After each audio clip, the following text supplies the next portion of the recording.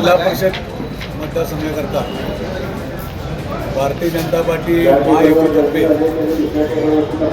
मृणालिनी सुशांत पाटील यांचे उमेदवारी अर्ज दाखल केलेला आहे।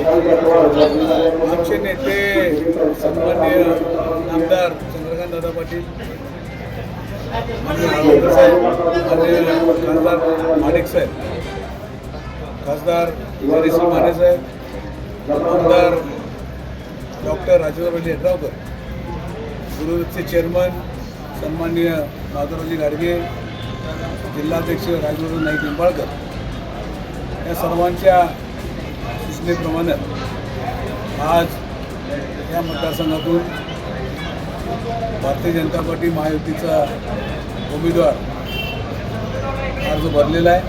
मला निश्चित खात्री आहे की या दत्तवाड मतदारसंघामध्ये मृणालिनी राजे सुशांत पाटील यांना मोठ्या विजयानं, मोठ्या फरकानं मतदार विजय करतील याची मला खात्री आहे।